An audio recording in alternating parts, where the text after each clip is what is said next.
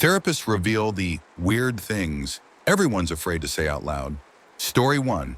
A personal example from my experience comes from when I was a late 20s male teacher. I spent a couple of years substituting at the high school level before eventually settling into teaching middle school. In the beginning, I found it absolutely horrifying that some students were undeniably, surely attractive. I thought I was a monster and didn't understand why I felt that way. When I brought it up in therapy, my therapist asked me a pivotal question.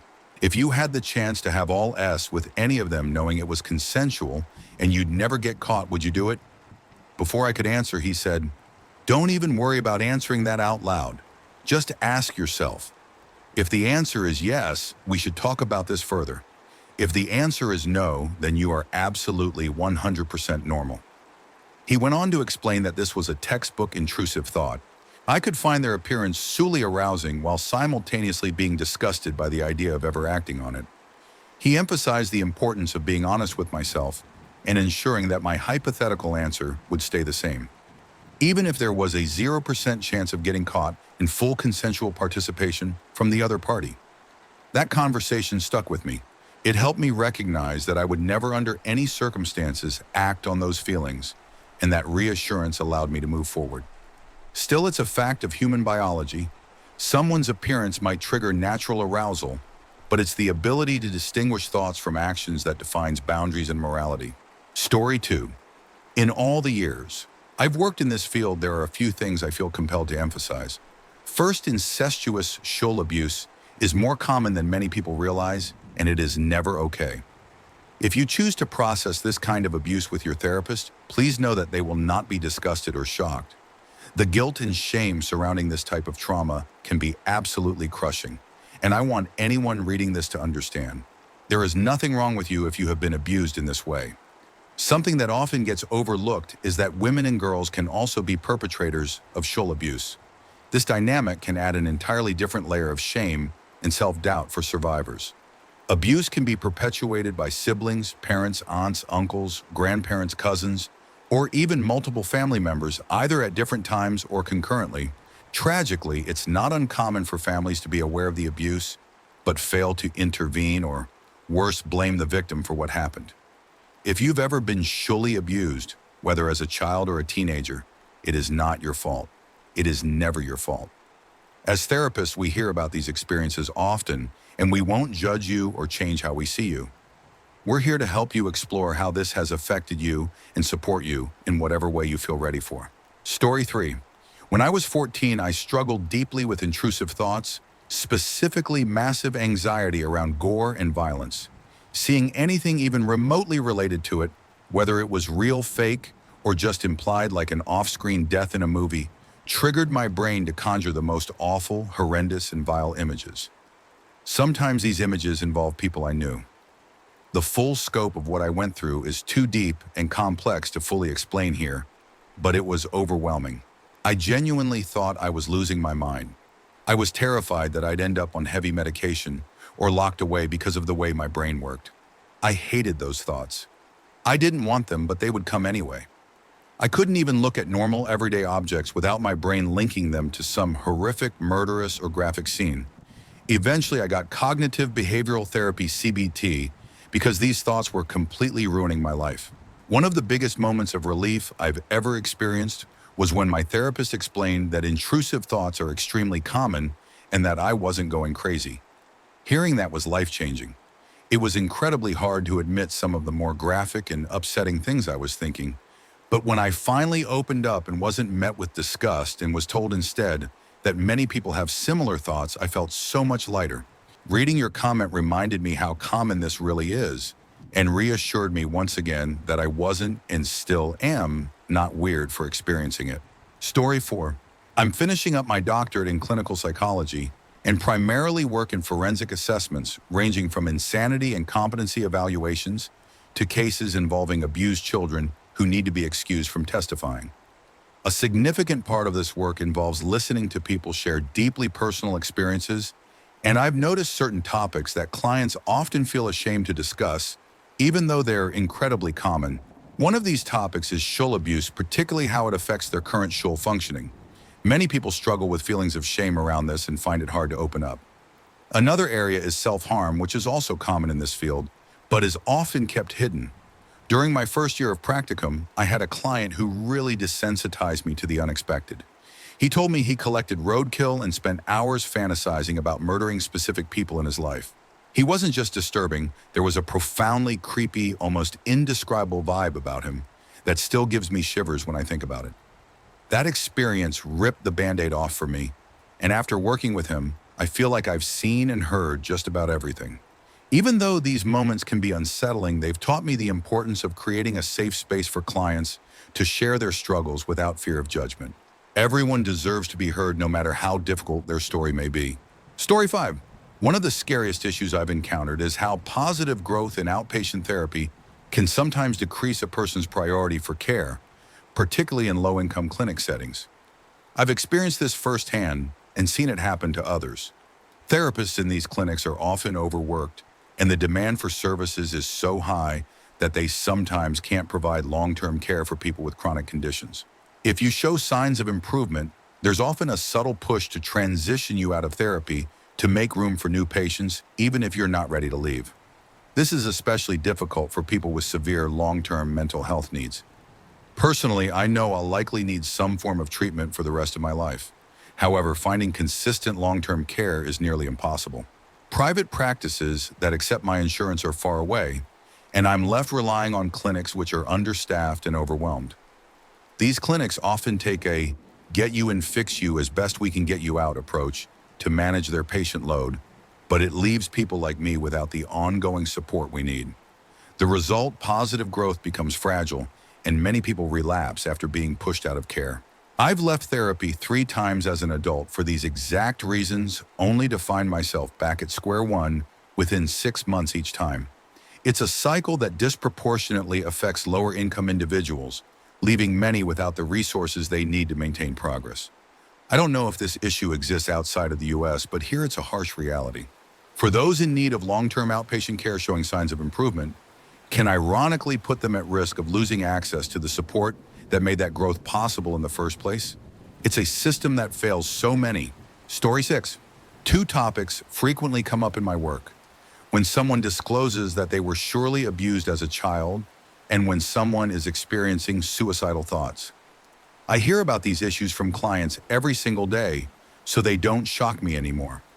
However, when someone is speaking about these topics for the first time, it's crucial to acknowledge that while it might be a routine part of my day, it's anything but routine for them.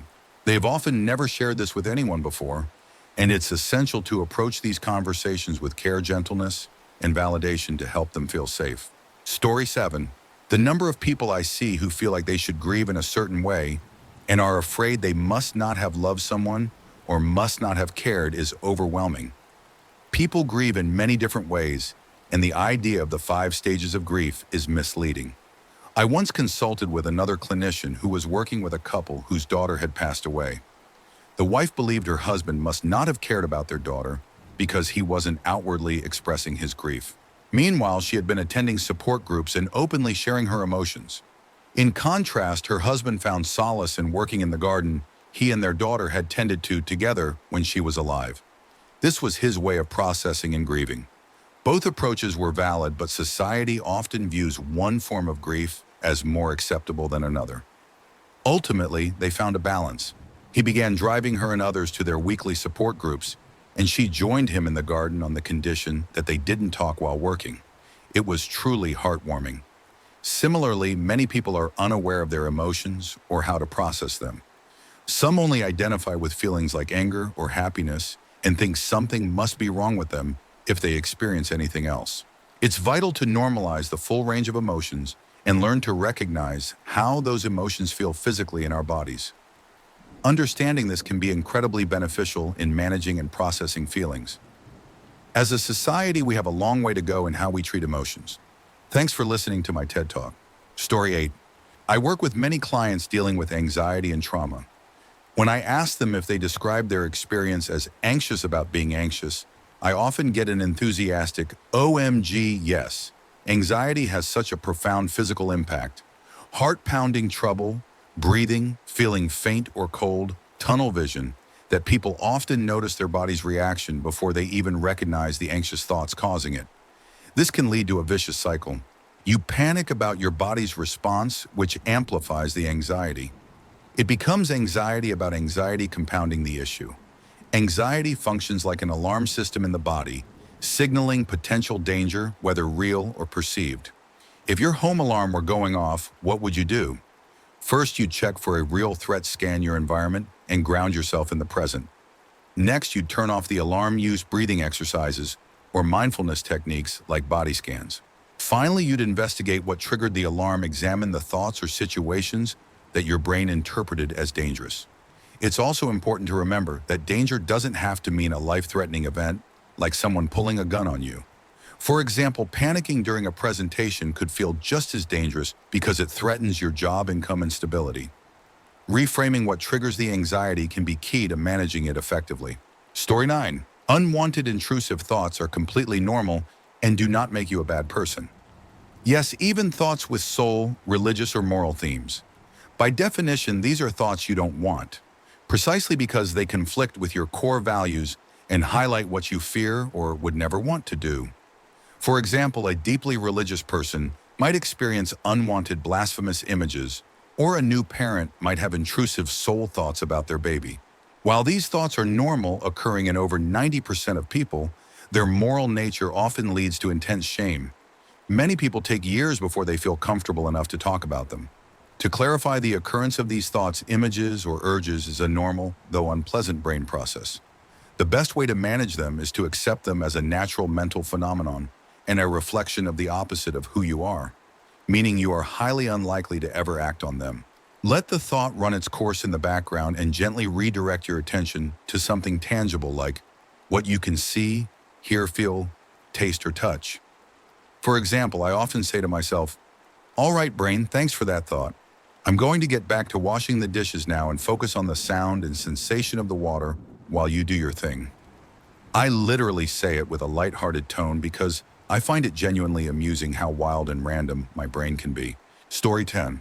Clients often become quite fearful of admitting they weren't successful since their last session. This could mean struggling to use a coping skill they're learning about or not completing a homework assignment I gave them. But the truth is, humans aren't robots, and therapy is hard work.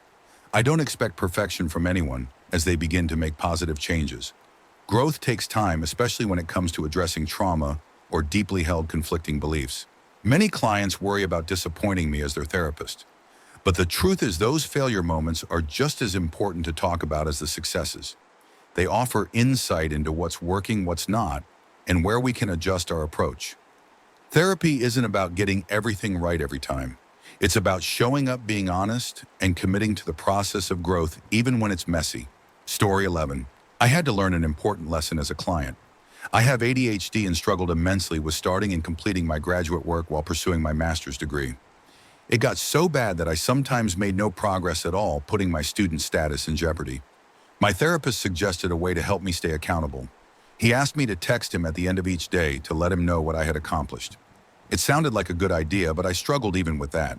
After just 2 days, I stopped texting him because I wasn't completing any work and felt too embarrassed to admit it. When I came to my session the following week, I was clearly ashamed. I avoided eye contact and felt like a complete failure. My therapist took one look at me and said, "Dude, you're coming in here looking like you just killed someone or something. It's okay. You're going to make progress, and it's totally fine if you're not successful at first. This is part of the process of learning to improve. You don't need to be scared or embarrassed if you don't succeed right away. If you don't get any work done, just tell me. I'm not going to be mad at you. I'm here to help and encourage you, not judge you." Hearing that was a turning point for me. I realized how much unnecessary pressure I had been putting on myself, even though my ability to function normally was affected by ADHD. My therapist's understanding and reassurance helped me let go of some of that shame. I'm still seeing the same therapist, and he's been instrumental in helping me manage myself and improve over time. I've come a long way since then, and I'm grateful for his support. Story 12. A common theme among many clients is that they don't know what they enjoy doing. Often they've heard suggestions like, "Try to do something fun today," or questions like, "What do you like to do in your free time?" These statements assume that people should already know the answers, but many don't, and that's okay. When I explain to clients that I dislike those statements because they can be unhelpful, I often see them relax, take a deep breath, and say something like, "Oh, wow, that's so good to hear. I have no idea what I like to do." That's part of the problem. Many feel embarrassed or believe everyone else their age has life figured out, but the truth is not knowing what you enjoy is incredibly common. I've had this conversation with countless clients, and helping them realize they're not alone is often a huge relief for them. Story 13. I work in an older adult service for people with dementia and mental health problems, and I often see family members or carers feeling ashamed for finding it incredibly difficult to care for their loved ones. Watching someone you love struggle daily or slowly fade away over months is heartbreaking and exhausting, and carer burnout is a very real issue. Many carers feel like they should be able to handle everything, but the truth is that no one is superhuman. Everyone has their own needs, and it's okay to acknowledge that caring for someone with dementia or chronic mental health problems is overwhelming. Carers need time for themselves, and they need to know that it's okay to feel frustrated, sad, or even resentful at times. These feelings don't mean they love the person any less. That's why we have therapy groups specifically for carers. It's crucial to let them know they aren't alone, and that struggling doesn't make them failures. It makes them human. Story 14. One of the most challenging topics for patients to disclose is family psychological abuse and sabotage. Scapegoated family members in particular often struggle to recognize the extent of the covert manipulation they've experienced throughout their lives. Scapegoats are rarely clued in to the family's ongoing manipulative secrets until they start searching online for phrases like, "Why does my mother hate me?" This search often provides just the basic insight they need to begin understanding their situation. In one case, a patient shared how his mother and sister had been actively sabotaging his life for years. They would reach out to his employers, friends, neighbors, and other important connections to slander him, creating rifts and tensions that disrupted every aspect of his life. The pattern was insidious. His mother and sister pretended to care about him, encouraging him to share personal details about his life. Then they would use that information to contact the people he mentioned, his employer, spouse, neighbors, or professors, and express false concerns about him. This manipulation led to countless losses for the patient, including job terminations, broken relationships, and other upheavals. The sabotage was so relentless that it eventually caused the patient to develop paranoid symptoms. However, these fears weren't unfounded. His mother and sister were actively working behind the scenes to cause problems in every facet of his life. It wasn't until much later that the patient began to connect the dots. Friends, spouses, and others had occasionally mentioned that his mother or sister had contacted them, but the patient hadn't realized how deeply this behavior had affected his life until it was corroborated by multiple sources. For example, a former college friend, now an MD, confirmed that the mother used to call them during school breaks and act overly familiar, saying, "It was weird. She would talk to me like we were friends or something." This case highlighted the devastating impact of covert familial sabotage and the importance of uncovering and validating these experiences. Once the patient understood the deliberate manipulation he'd been subjected to, he was able to begin the process of healing and rebuilding his life. Story 15. One of the most common things clients find too embarrassing to bring up in therapy is having soul or romantic thoughts about me as their therapist. Often they wait until the very end of therapy to disclose it, and we end up having a meaningful conversation about how normal it is. I remember one client who said it seemed strange to him because he was pretty sure he was straight.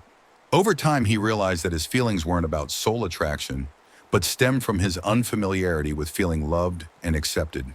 He hadn't learned to conceptualize those emotions outside of a soul framework, which was a huge insight for him. I can only think of one counterexample where a therapist in training got shocked. A client told him that he compulsively masturbated to or on food. It was one of the student's first clients, and the situation made him extremely uncomfortable.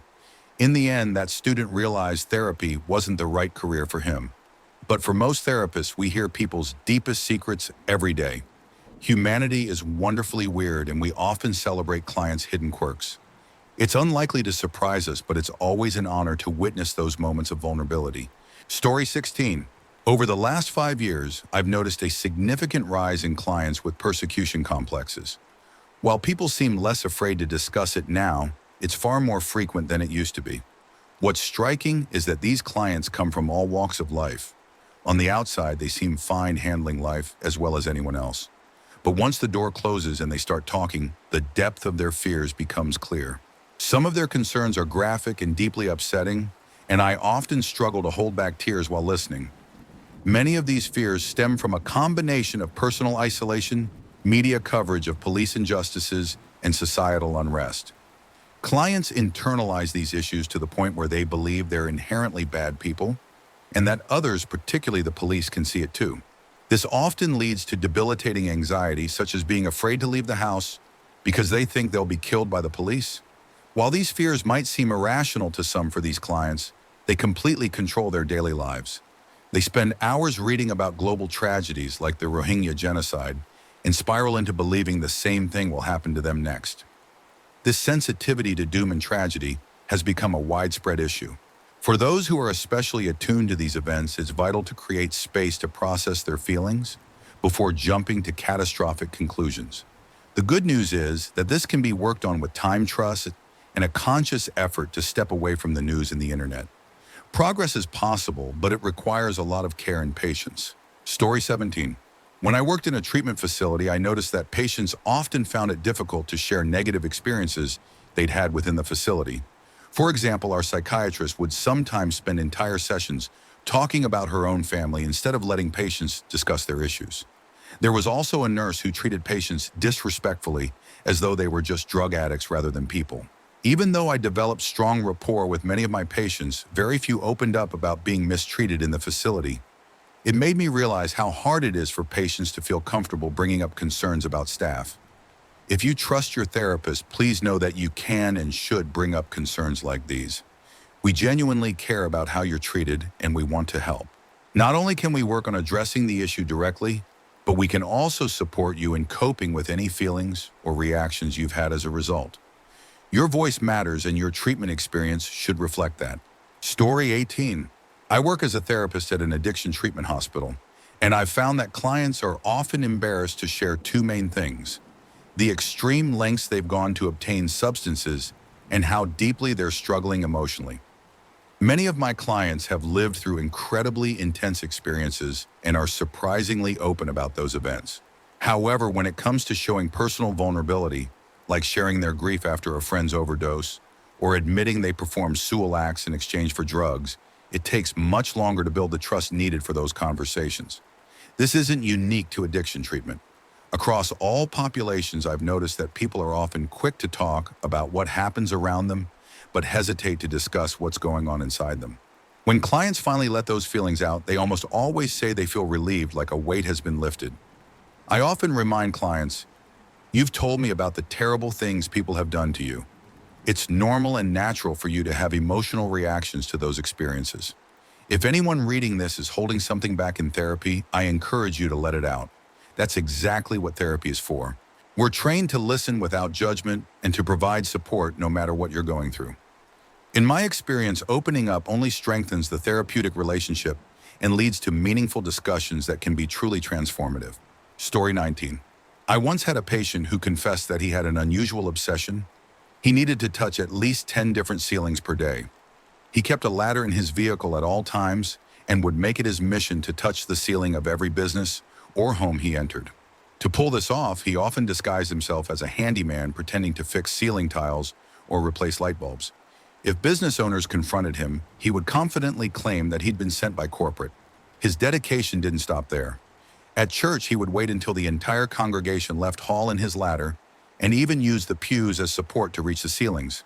He was relentless in his pursuit, and anything less than 10 ceilings per day was simply unacceptable. When the pandemic hit and businesses and churches shut down, his anxiety skyrocketed. He became desperate to maintain his ceiling routine, but struggled to find viable options. Grocery stores were out of the question due to their high ceilings, and breaking into businesses after hours felt too risky. At one point, he even considered buying 10 outdoor sheds to place in his backyard, but that plan failed because he lived in an apartment. Ultimately, he decided to make a drastic life change. He quit his job as a taxidermist and started an appliance repair company. This allowed him to visit 10 different homes a day, where he could easily fulfill his ceiling-touching goal. He worked long hours, around 70 per week, and made much less money than before. He also admitted there was one unexpected upside to his new career. His wife divorced him because he was never home. After the divorce, he stopped coming to therapy. I can only assume that in his mind, the major changes in his life meant he no longer needed the sessions. While I'll never know what became of him, I often think about how resourceful and determined he was, even if his goals were unconventional to say the least. Story 20. As an early career trainee, my pool of experiences is still growing. But I've noticed a trend with suicidal ideation SI. Clients often initially claim there's nothing of concern, only to later admit, sometimes with shame, that they've had passive thoughts of suicide, like, life would be so much easier if I weren't here. The truth is, these types of thoughts are incredibly common, and nearly all of us have had them at some point. It's understandable why clients might feel hesitant to disclose these thoughts. In therapy, we're legally and ethically required to explain that confidentiality could be breached if we hear thoughts or plans of self-harm or harm to others. This means the topic is discussed with gravity, often leaving clients worried about the potential consequences of opening up. For instance, the situation is taken most seriously when there's an active plan or a date set, which can lead to actions like involving the police. In my own therapy, I remember being asked about SI during an intake session. My response was something like, well, not more than the 20,000 times since I was born when I thought it might end the pain of existence. My therapist laughed and shared that he could relate, which felt like an appropriate response given our rapport. That small moment of connection helped normalize those thoughts for me. For clients, it's important to know that passive thoughts of suicide don't automatically lead to intervention or breaches of confidentiality. Therapists are trained to explore these thoughts with care, aiming to understand and support rather than judge or escalate unnecessarily. If you've experienced these thoughts, sharing them in therapy can open the door to relief and deeper understanding. It's a safe space to express those feelings without shame. Story 21. A lot of drug use and self-medicating tends to be brushed under the rug, often by people who are either afraid of legal trouble or who don't see themselves as drug users. I've worked with many clients who are ashamed to admit they've used street drugs. Often they'll frame it as something they tried once or in the past, but over time it comes out that they're still using. It's hard for many neurotypical adults to understand how self-medicating works, or to acknowledge that it can seem effective at first until it eventually stops working. Many successful professionals unknowingly use substances like coca or meth to manage undiagnosed ADHD, anxiety, or depression. Others turn to alcohol or opioids, unintentionally trying to correct chemical imbalances from depressive episodes. Most people simply think, I like the way this makes me feel, without connecting it to an underlying issue. Sometimes even less thought goes into using legal substances like alcohol or prescribed narcotics. However, knowing a client's drug of choice can be a powerful diagnostic tool. It can reveal important clues about their brain chemistry and what types of treatment might be effective for them. Even something as simple as whether a client prefers uppers or downers can tell us a lot. Unfortunately, the stigma and shame surrounding illegal drugs often stop people from being honest about their experiences. Clients may hesitate to admit that they truly enjoyed how they felt the one time they smoked Hero, for example. If you're in therapy and self-medicating in any form, street drugs, alcohol, or even overusing prescribed medications, know that being open about it can help your therapist better understand your needs and provide effective support without judgment. Story 22. I've noticed many parents struggle to be honest about parenting, particularly when working with families dealing with young children who have behavioral concerns. Almost without fail, these parents claim to love their children unconditionally to an extreme degree. For example, they'll say things like, I don't even get mad at them, as if getting frustrated or mishandling a situation is a sign of failure.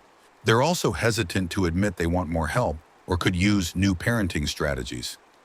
This always surprises me because even as someone trained in parent-child specialty areas who has children of my own and teaches parenting classes, I'm constantly looking for ways to learn and improve. Wanting to do better isn't a weakness, it's a strength. What worries me more is when parents refuse to acknowledge room for improvement. That mindset limits growth and can lead to negative consequences for both the parent and the child. It's okay to make mistakes, to feel like you could be doing better, or to want more tools and support. That's how you grow. Another thing I've noticed is that many parents feel guilty about taking time away from their kids. Even briefly, they worry it makes them bad parents. But stepping away for a night, leaving the kids with a family member or babysitter, is incredibly healthy. It helps prevent burnout and allows parents to recharge, which benefits the entire family. Parenting is tough, and it's okay to need help, make mistakes, or take a break. Admitting these things is a step toward being the best parent you can be. Story 23. One of the hardest things to admit is having an addiction, especially when you're deep in it, or it's your primary coping mechanism for dealing with other painful aspects of your life, mental illness, or post-traumatic stress. For many of us with addictive tendencies, our bodies naturally gravitate toward behaviors or substances that provide a dopamine or serotonin rush or some other relaxing endorphin release. In my case, the hardest thing to confront was my binge eating disorder. Throughout the years I practiced these destructive behaviors, I convinced myself they were helpful.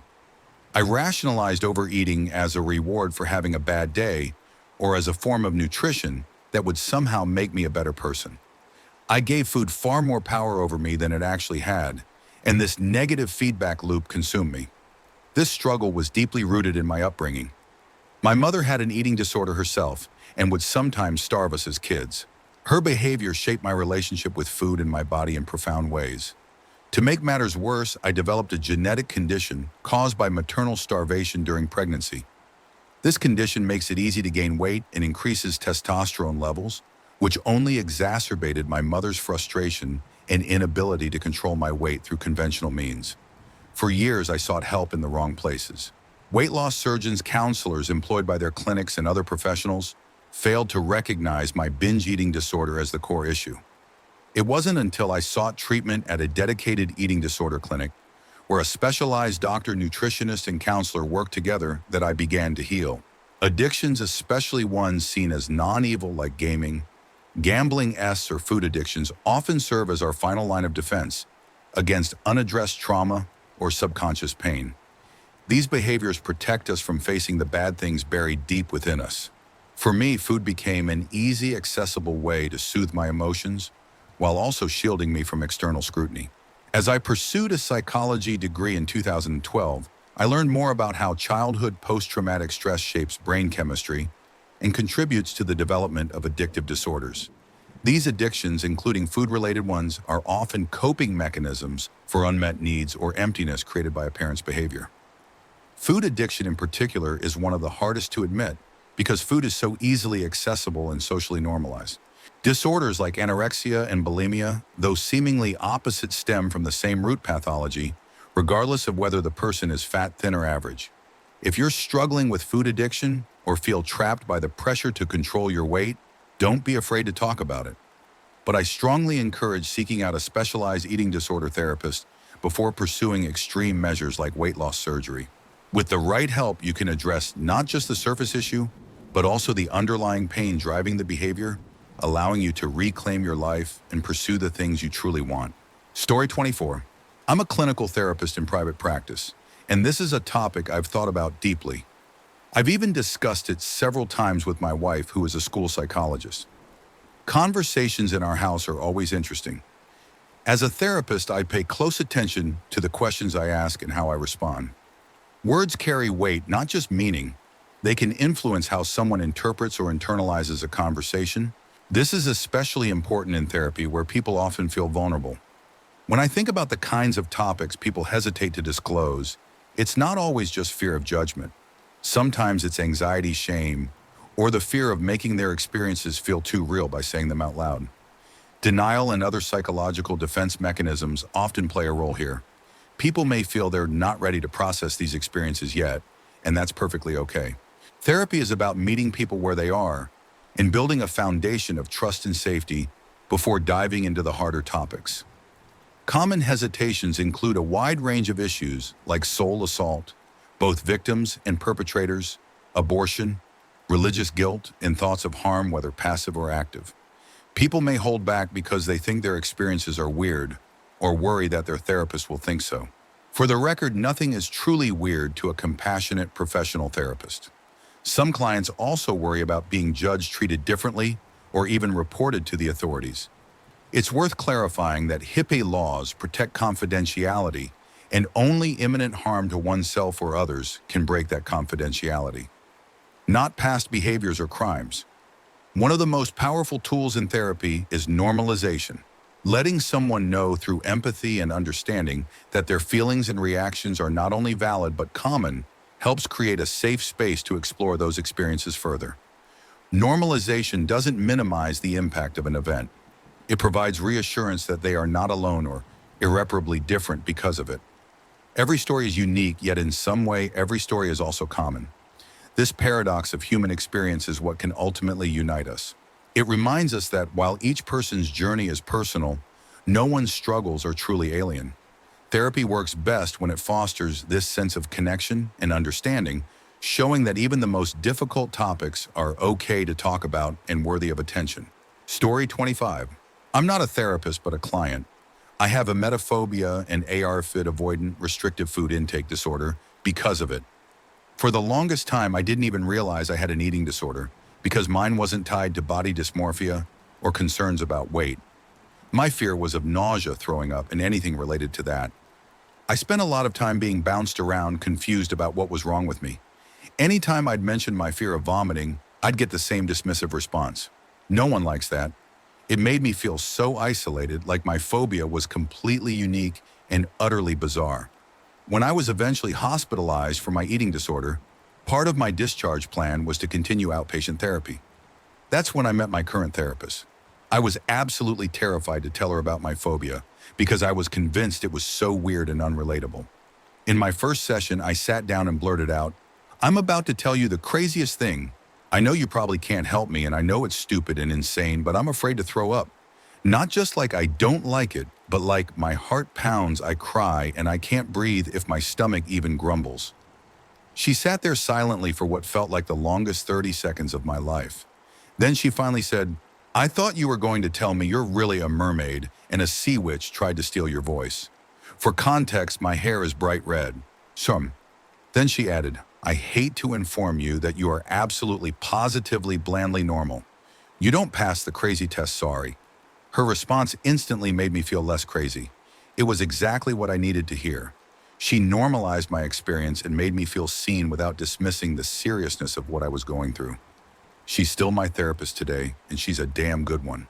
That first conversation showed me how powerful a good therapist's empathy and humor can be in helping you feel safe and understood. Story 26. I'm a psychologist, and the short answer to what are people afraid to admit in therapy is everything. By that I mean that after a certain point in our careers, there's very little that can weird us out, even if it's something we've never encountered before. Personally, I've worked with literal cannibals and pedophiles, so in terms of weird or disturbing behavior, it's hard to imagine something that could go further. Everything else pales in comparison. That doesn't mean the experiences clients bring to therapy aren't significant. Quite the opposite. Even if it feels unremarkable to me, it's deeply meaningful to the person sharing it. And that's what matters.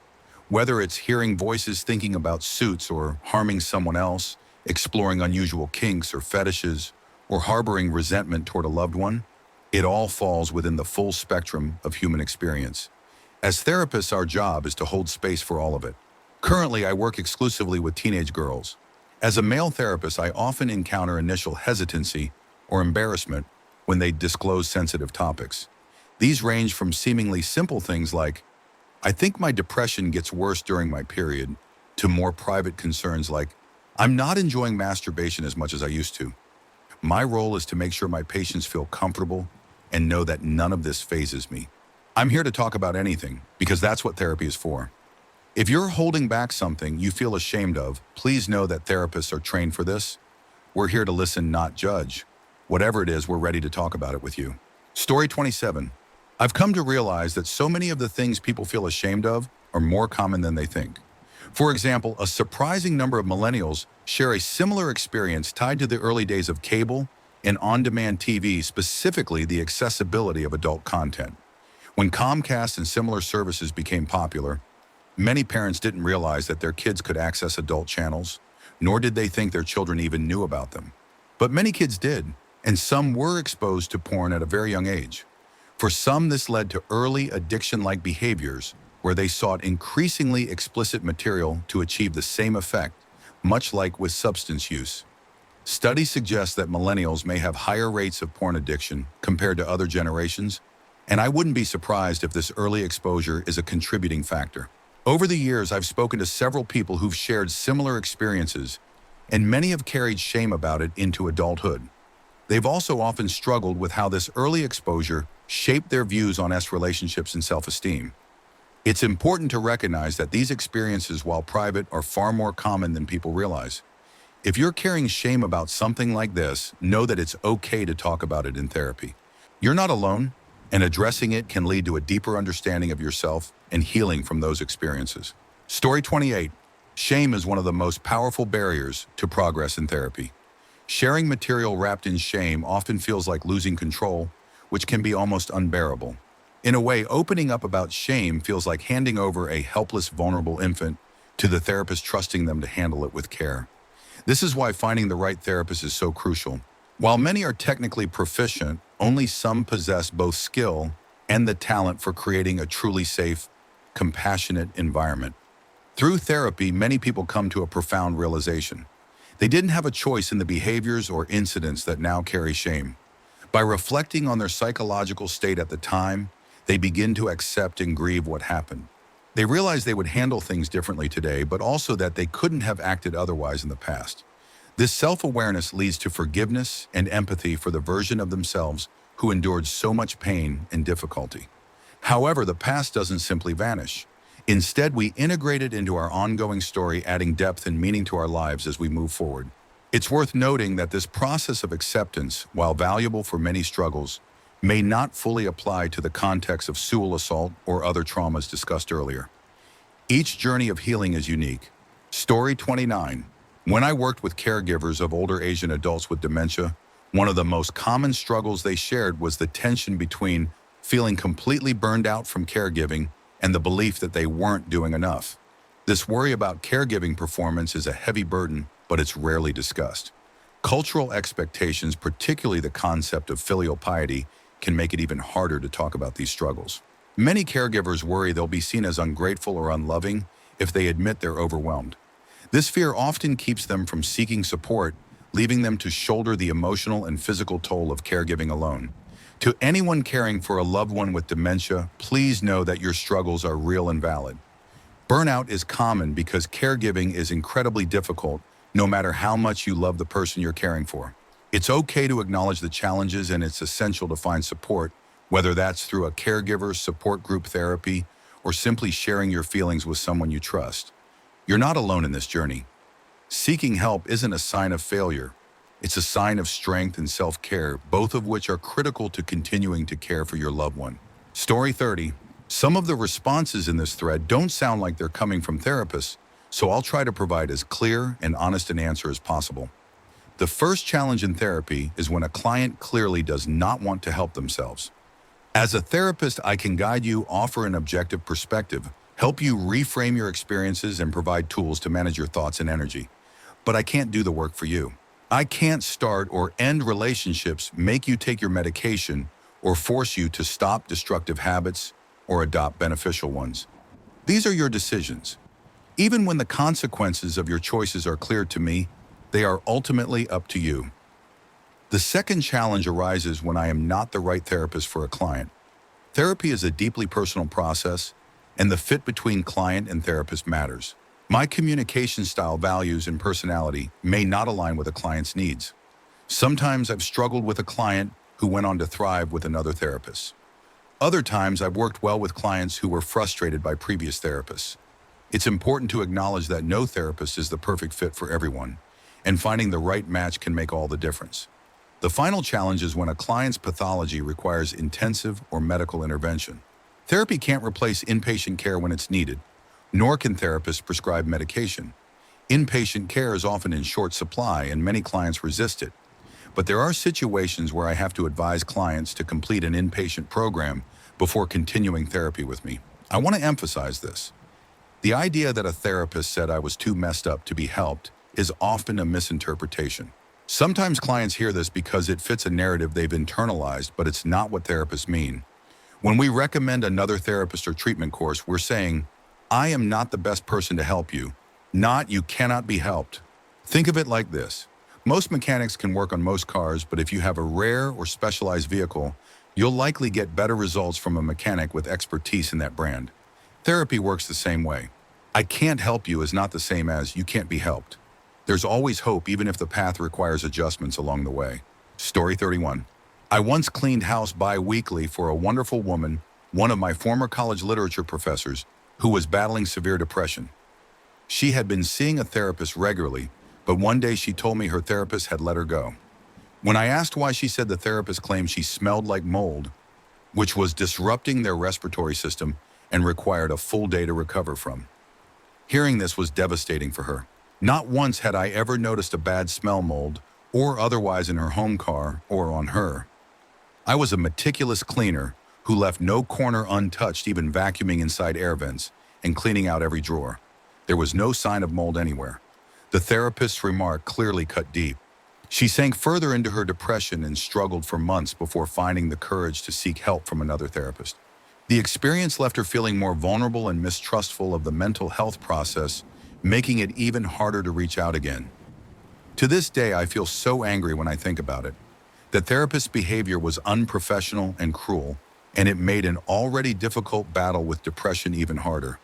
It's been years, but I still wish I could confront them for how much they hurt her. Story 32. I had a therapist drop me at one of the worst moments in my life after seeing her for a year and a half. She was the director of a psychiatric ward at a local hospital and did therapy on the side, supposedly to make a more direct impact. However, it became clear that therapy wasn't something she was truly committed to. She would constantly interrupt me during sessions and admitted she couldn't relate to my struggles because of her happy childhood. She grew frustrated when lifelong trauma couldn't be resolved in a single session and outright refused to address some of my issues, claiming I wasn't going to get better. Ironically, those issues weren't even as serious as others we'd covered. It felt like therapy was more about making her feel good, like she was doing a fun, fulfilling side gig, than actually helping me. 2 months after she dropped me, I had a serious panic attack. I eventually found a new therapist who was a much better fit. In just 6 months with this therapist, I've made more progress than I did in the entire year and a half with the previous one. The experience taught me how crucial it is to find the right therapist. A mismatch can make things worse, while a therapist who truly listens and understands can make all the difference. I'm so much happier now, and I finally feel like I'm on the right path. Story 33. I was the patient in this situation, not the therapist. While in university, I used the school's therapy services, which were staffed by PhD students completing their training. Because of this, therapists often came and went, but eventually I found one I really connected with. For the first time, I began opening up more than I ever had before. After one session where I shared deeply personal and difficult topics, she listened intently and then said something that broke my heart. "I'm sorry, but I'm not qualified to handle cases like this. In fact, none of the therapists here are. I'm going to refer you to an excellent therapist outside the school, but I can no longer offer you treatment." I was stunned. Apparently, certain topics require the expertise of licensed professionals, which I hadn't known. If I had, I might have kept quiet. Despite her kind referral, I never got the treatment I hoped for. I tried a few therapists after that, but never found the same connection. I still think about her and hope she finished her PhD program and is out there helping others. While I could likely still benefit from therapy, I've grown used to handling my problems on my own. But part of me knows that truly opening up to the right therapist could help in ways I can't fully achieve alone. Story 34. I'm not a therapist, but I volunteered at a mental health cafe staffed by qualified counselors. It was designed as a crisis support space to provide an alternative to hospitalization for people experiencing mental health emergencies. Ambulance services would bring people in crisis to the cafe instead of A&E. During my time there, I attended training sessions on suicide and self-harm and had meetings with mental health experts. What I learned in those meetings has stayed with me ever since. The experts told us quite plainly that many patients they encountered couldn't be saved. They urged us to abandon the idea that we could save anyone because that expectation would crush us emotionally. They explained that keeping a patient alive wasn't necessarily saving them. Often the focus was on encouraging patients away from SUIS to prevent the pain and trauma from being passed on to their families. In many cases, the hour of conversation we offered was more like giving them metaphorical oxygen. The truth they didn't sugarcoat was that only the patient could save themselves. and sometimes they were already too far under to reach out for help. That realization hit hard, especially because they were without knowing describing my own mental health struggles. I stopped volunteering shortly after that.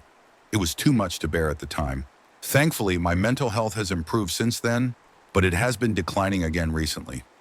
Reading this thread has reminded me how important it is to reach out for help. I never want to return to that dark headspace, and I know now that seeking support is the first step to staying out of it. Story 35. I'm a behavior therapist who works with special needs children, focusing on helping them overcome learning and behavioral challenges to improve their quality of life. In my experience, I've never met a child I couldn't help, but unfortunately, I've encountered situations where a child couldn't remain in services due to major issues with their parents or family environment. Some parents say they want to help their child, but are unwilling to make any changes to their routines or lifestyle to accommodate their child's unique needs. Recommendations for learning strategies or health interventions are often ignored. In other cases, parents treat therapy sessions like babysitting, showing little investment in the process or the outcomes. There are even parents who seem threatened by the progress their child makes in therapy. It's as though they can't handle the fact that positive changes are happening because of the therapist's work rather than their own. These parents sometimes sabotage the progress between sessions, undermining everything their child has achieved. It's heartbreaking to see these situations unfold because it's the child who suffers most. Over time, I've learned the painful but necessary lesson that when progress is consistently sabotaged or ignored, it's time to walk away. That time could be spent helping another family that is ready to invest in their child's future. Story 36. I have a friend who has been in a continuous crisis for about 3 years, to the point where she's barely able to function. During this time, she has systematically sabotaged every single attempt to help her, from casual support to therapy, inpatient care medication, and even live-in care. She spends immense amounts of energy rationalizing why nothing and no one can help her, often bombarding her support network with messages about how she just needs to die. Her statements are often contradictory and filled with untruths. For example, she might claim she hasn't eaten in days, or that paramedics ignored a noose hanging in her home, claims that are easily disproven when those in her network communicate. Despite this, she fully believes what she's saying in the moment, only to contradict herself minutes later to justify avoiding another action. It's heartbreaking because it's clear she's terrified of change and self-sufficiency. She's stuck in a cycle of learned helplessness where she manipulates her friends and support network to maintain the status quo. At this point, her refusal to take even small steps toward change has created a pattern of stagnation and despair. While I feel immense compassion for her, it's painfully evident that no amount of external support will help unless she's willing to take the first step toward breaking the cycle. Sometimes the hardest truth to accept is that change can only happen when the person is ready to embrace it themselves. Story 37. I'm a marriage and family therapist, and I want to clarify something. The idea that some people are entirely beyond help isn't accurate. I've worked with a wide range of clients, from those who need medication, in which case I refer them to a psychiatrist, and continue therapy, to court-mandated clients who don't want to be there. These situations can be challenging, especially with teenagers who resist therapy and sometimes even run away rather than finish their sessions. In every scenario, I try to do my best and meet the client where they are, understanding that meaningful progress depends on their willingness to engage in the process. Therapy is a lot like personal training. A therapist knows what needs to be done and can guide you, but ultimately, the client is the one lifting the weights. If they refuse to put in the effort, progress is limited. However, I've found that even the most difficult clients can be helped if they're showing up and willing to try, even in small ways. That said, there are clients who seem stuck in an endless cycle they can't break. These individuals often stay in therapy for years. While they may improve, they might never complete therapy. Instead, therapy becomes about helping them process life as it happens, whether it's dealing with ongoing grief trauma or simply having a safe space to be heard. Many people don't have friends or family who can listen without judgment or making it about themselves. Sometimes being that empathetic, compassionate listener is the most valuable role a therapist can play, even if there's no clear finish line. Story 38. I'm not a therapist, but my first experience with therapy taught me a lot about the importance of finding the right fit. I realized we were mismatched when my therapist told me I was generally well adjusted as long as a few good things were happening in my life. That assessment felt dismissive, and while I had no trouble being open about certain topics, there were deeper concerns like a possible eating disorder that I couldn't find the courage to bring up. The problem was that she seemed to take all her cues from me. I expected therapy to be a push and pull dynamic where my thoughts and patterns were challenged, but instead she just agreed with everything I said. While I did get a much-needed ADHD diagnosis, her advice boiled down to, just do it, which felt like a slap in the face given that not being able to just do it was the core issue I needed help with. I was still depressed, listless, and unable to find anything to anchor myself to. I planned to quit therapy, but before I could, she left the entire practice for a break. The process of finding someone new has felt so exhausting that I haven't tried again. What I need is a partner, someone who can help me untangle the mess of my thoughts, identify the things I'm doing that are keeping me stuck, and introduce actionable steps to create better habits and a kinder relationship with myself. I need practical how-tos and guidance. Is that too much to ask? Therapy feels like such a long, exhausting road, and I'm still holding out hope that the right therapist can help me navigate it. Story 39. I'm a therapist working with individuals who have severe and persistent mental illnesses.